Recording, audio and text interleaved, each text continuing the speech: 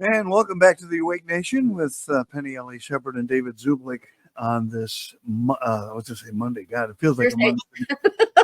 Monday. Thursday, October 26th. Wait a minute. Let me look at the news just to make sure. David Schurter joins us here. David, welcome to the show. Thank you.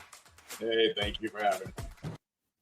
Glad to have you with us. Well, what are we talking about today? You must have a take on a number of different things. I do. I have a lot of stuff that is happening right now. I started doing videos about my friend Isaac Cappy. Yeah. He was an advocate that was exposing a lot of the Hollywood stuff. And we started working together. I would call, he would hook us up. I actually learned through him, like I said last time, about with Fiona Barnett. But I started doing videos about a week and a half ago about Isaac. And I've had a group of people come at me in the comments section. And it's funny because, like Penny, I'm an MK Ultra survivor, and I'm a shaman. I've toned the stuff that Aquino and his group taught me. And I was told to open up comments on my YouTube video, and I had them closed down for a long, long time because they just got to be exhausting to have to be in there constantly dealing with these people. Right. But I opened up the comments, so now I'm starting to deal with Isaac Cappy and this group. The two that I'm most focused on are the two occultists who are most associated with the death of Isaac Cappy. And that would be Corey Daniels, a.k.a. Phoenix Enigma, Right. and his wife, Alicia. And they're the ones who are most associated. Alicia was supposedly the last person to speak to Isaac Cappy before he went off a bridge. And Corey Daniels can tell you to the minute when Isaac Cappy went off that bridge. And to the minute he just coincidentally arrived at the bridge less than 2 hours later. And so I've been arguing with these two and their whole group, and it's been really enlightening. It's funny because with my videos, Max Spears' mom and I have been in contact. Max Spears was also an Aquino victim. Yes. And Max and I had just reached out to each other a week before he ended up dead.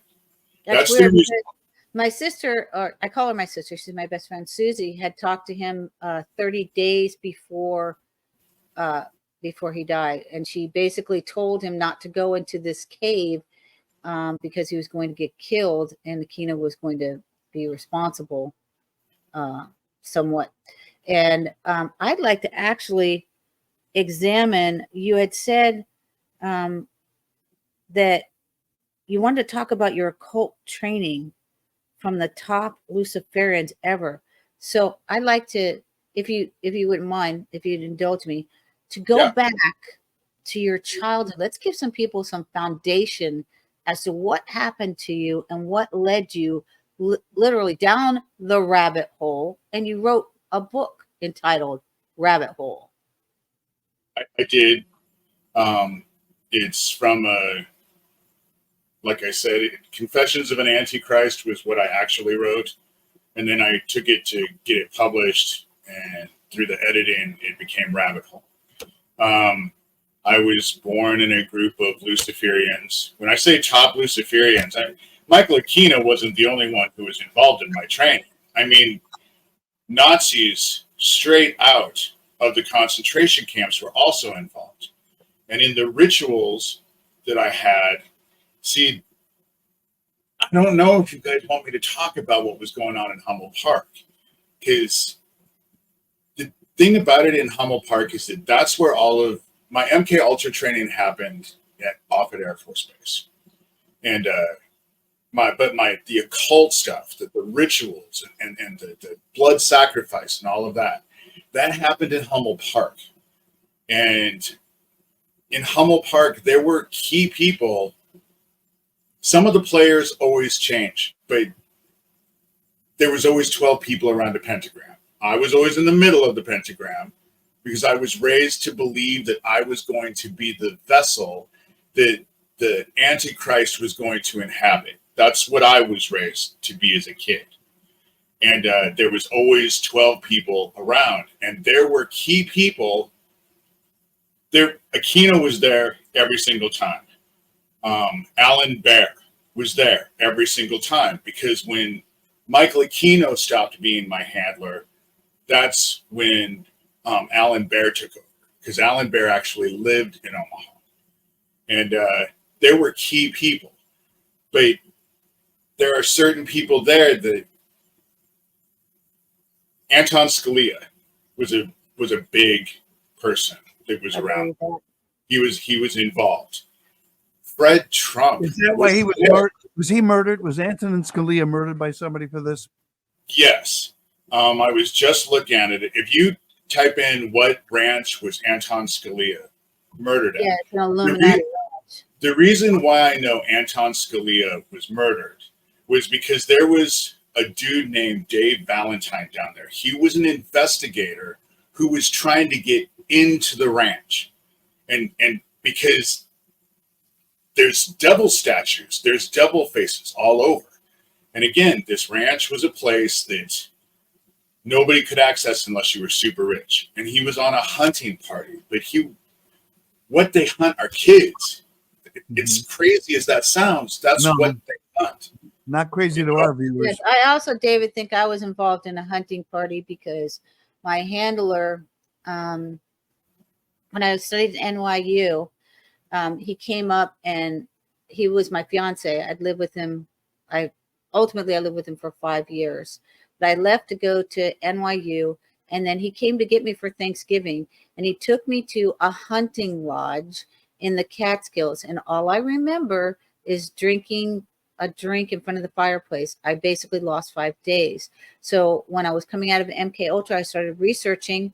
Now, many of us can't prove any of these events, but in furtherance of our research, these things start to make sense. So when Ann Hamilton Byrne died, I researched her because she was in New Zealand, but she moved her venue to the Catskills they said 79, so 78, 79. So November of 78, I believe that she was there. I also believe that we were hunted. Now, I then find out that that Julian Assange's mother married an individual from the Hamilton Byrne family. And I think she might have been having an affair at that time in 78, 79. And she had a child with this individual. And that I believe that caused the breakup of his Julian Assange's stepfather, who he said was his real father. That's why he had his name. And he said subsequently they had to move about 30 times in his childhood. But he also said he never met Ann Hamilton Byrne.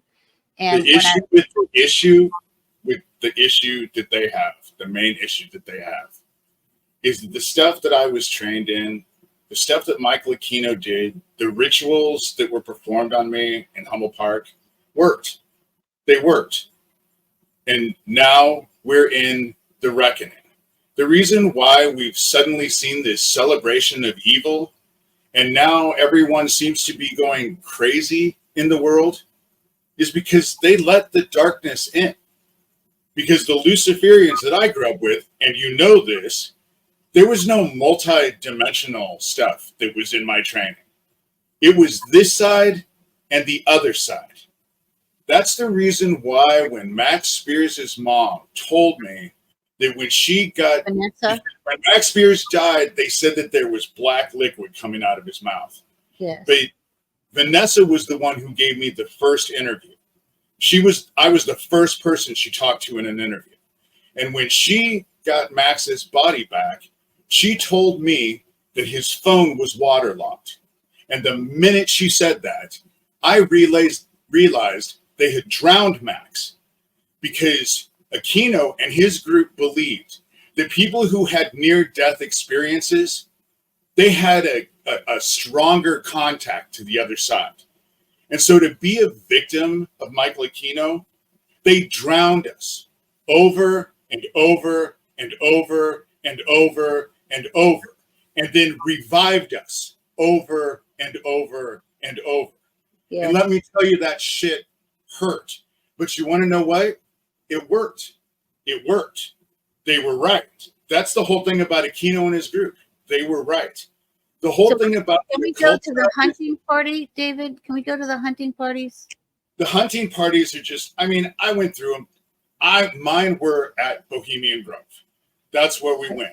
What happened to you there? That pond thing that stinks. It's in California, Northern California. It's a rich, elite place that people, you know, the rich go to. It's the same type of thing that the ranch that Scalia was murdered at. Yes. It's the same thing as the temple that was on Jeffrey Epstein's island. Yes. There are places in Europe that are exactly the same. Because these people, but what I will tell you right now is we're in the reckoning. There was a celebration of evil. Everyone has gotten together. Now we're watching people, but they're not going crazy. What's happening is exactly what we were told in the end. They're becoming authentic. There's no way to hide the evil stuff that's inside of us anymore, because we're in the reckoning. We are now in judgment. The stuff that we're doing right now makes a difference, because the reaping is already happening. We are in a 6th level extinction event. The sun is cooking us. That's the reason why they're warning of a Carrington event, because we've had a Carrington event before. What is a Carrington event, David? A solar blast that comes from the sun that is so hot and so focused that it's going to burn out all of our satellites and all of our power grids. It's going to put us back into the dark ages. And they know this might happen with a nuclear war. It's already the whole thing about it is that nuclear war is only going to make it bad, or only going to make it worse. But what they're expecting with this plasma blast is that it's going to completely take away the ozone. It's already happened on the Neptune. Neptune had an environment around it. The atmosphere was hydrogen, I believe, and it's gone. The moon is already starting. They're having volcanic activity on the moon, because the sun has been inundating us with so many CMEs and so many solar flares. That's the reason why the oceans are hotter than they've ever been. And the reason why is because we're at the end. It's exactly what was promised the whole time. Instead of being water, heaven is using fire. And now we're going into, that's the reason why we're in the reckoning. We're all being judged. And the thing about it is that they let the darkness in. That's what their whole CERN toy was. It's just like it was promised. By their own hands, they will bring about their own destruction. Because we're not fighting Satanists. We're fighting Luciferians. The difference between a Satanist and a Luciferian is that Satanists can believe in whatever they want. Like Lucian Greaves, founder of the Satanic Temple. He's a Satanist, but he's actually an atheist. That's a Satanist. But a Luciferian believes in a war with heaven. They believe in an antichrist. They believe they're going to fight and they're going to win, and they're going to have complete control. Aquino was a Luciferian. He was the CIA's top Luciferian. You know, he was all involved. And so now what the thing about it is that these people do not have, the fallen cannot help them anymore. The fallen can't, Azazel and his crew, can't help him anymore because of what I was trained to do with Aquino, and then strengthened and took it way farther than they ever thought I could with shamanism. And I learned how to control it. Aquino killed himself because he figured out what I had done. And of course he would have figured it out because he was the one who trained me. And after he murdered Isaac, I went to the other side and asked Isaac and Max to go hang out with Michael Aquino and keep him company. And then Michael Aquino killed himself. It's the stuff that Aquino and his group taught me is the whole reason why Lucian Greaves, Doug, founder of the Satanic Temple, has already reached out to me on Twitter. It's been within the last 6 months, but he begged me to stop and offered me any amount of money I wanted to stop doing what I have done. And then when I told him I didn't want his money, he told me, well, he had other things he could offer as well. The thing about it is, David, can you tell, before we go on, can you tell our audience, because I'd like to get a foundation on, you growing up. I'd like to build on this for our future shows. What were your parents like? My dad was always there. This thing that was supposed to inhabit me was inside my father. I write about that in Confessions of an Antichrist. That was the whole thing about this. So my dad was always there. My mother was destroyed after they murdered my brother, David Christopher. What happened? They sacrificed him. He didn't even make 24 hours old. Dad had to sacrifice his firstborn son. That's just the way it worked. Wow. And so they sacrificed him. It destroyed my mom. She became a huge alcoholic. But then when I was 3, my dad got together with this woman who I believe was completely involved. She was my stepmother. And it was all fine until I was about 10 years old when they made me light that dude on fire in our basement in Fremont, Nebraska. That's on my videos. Was your dad performing satanic rituals since you Oh, yeah, they were doing blood sacrifice. He was the one who was instructing me, along with Aquino, on how to do blood sacrifice.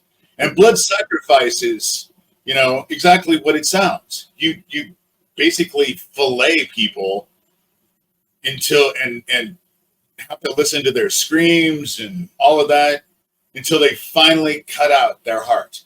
And the heart doesn't stop beating when they pull out the heart. It takes a while for the heart to stop beating. And then they did blood sacrifice, or they drank the blood. They all passed it around because the endorphins that were produced in the brain with all the pain and the fear acted like an aphrodisiac. And then afterwards, I got gang raped every single time. But they do it because I was trained, anticipation makes the blood sweeter. So that's the whole thing about dealing with these people with Isaac Cappy. They all think that my objective is to get them investigated and then get them arrested and then get them persecuted and then judged and put in jail. That's what they think my objective is. But we all know we don't live in that kind of world. That doesn't happen. My objective in this whole situation is I'm able to give back exactly what they gave me. Because through my training, Aquino was very good at getting me connected to the other side. Alice in Wonderland, the book Alice in Wonderland was the book that actually opened up your perspective to the other side and got you to think without thinking there was even a box. But that was the remedial part of it. What Aquino focused on was through the looking glass, because through the looking glass allowed you to perceive you could go to the other side at will. It was through the looking glass that Aquino taught me how to do mirror magic. And everything that I got involved with. What is that? What is mirror magic? Mirror magic. Mirror magic is basically focusing into a mirror, focusing onto the other side, because Luciferians believe that here everything is transient. History, time changes everything. Nothing stays the same. Everything dies, everything changes. But on the other side, that's the permanent side. So basically, Luciferians believe that, yes, we're in a matrix right now, but it's a spiritual matrix. But on the other side, that's where heaven is. That's, they thought that in the mirror was where heaven was. But it is what Jesus Christ said in the Gospel of Thomas. God is not found in buildings made of wood and stone. It's within us, and heaven is inside of us and all around us. Jesus Christ said, split a piece of wood and you will find me. Lift a rock and I'll be there. It's all around us. That's the reason why them believing that they were going to go and have this war with heaven and take their little war machine into heaven and burn it down, because that's what they were doing with their CERN toy. That's what, you really think they want to do another black hole?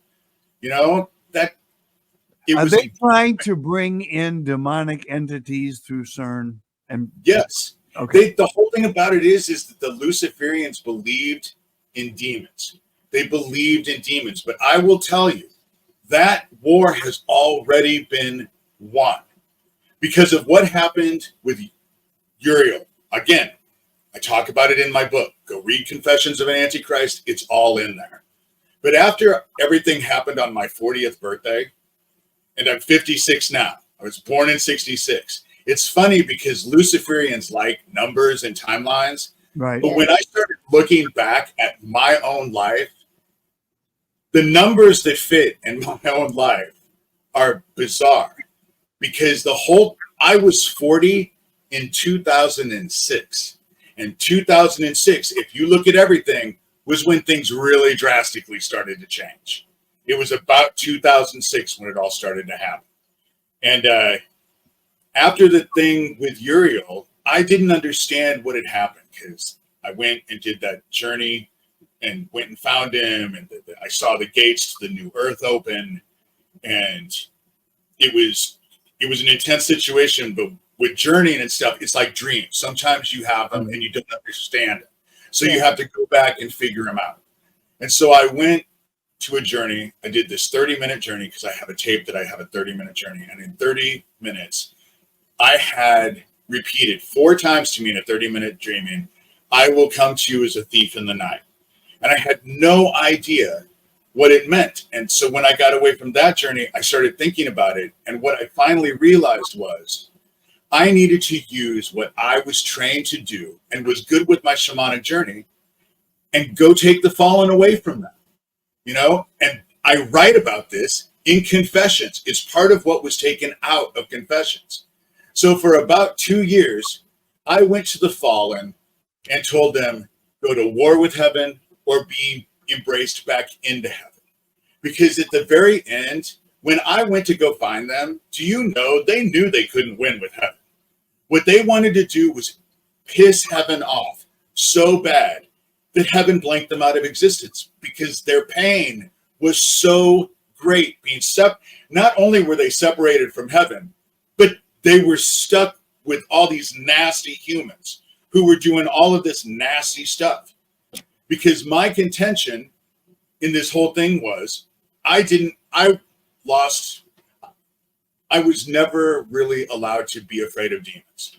Aquino trained me, his group trained me to think that they were my brothers. It's because I was going to be the vessel for the Antichrist.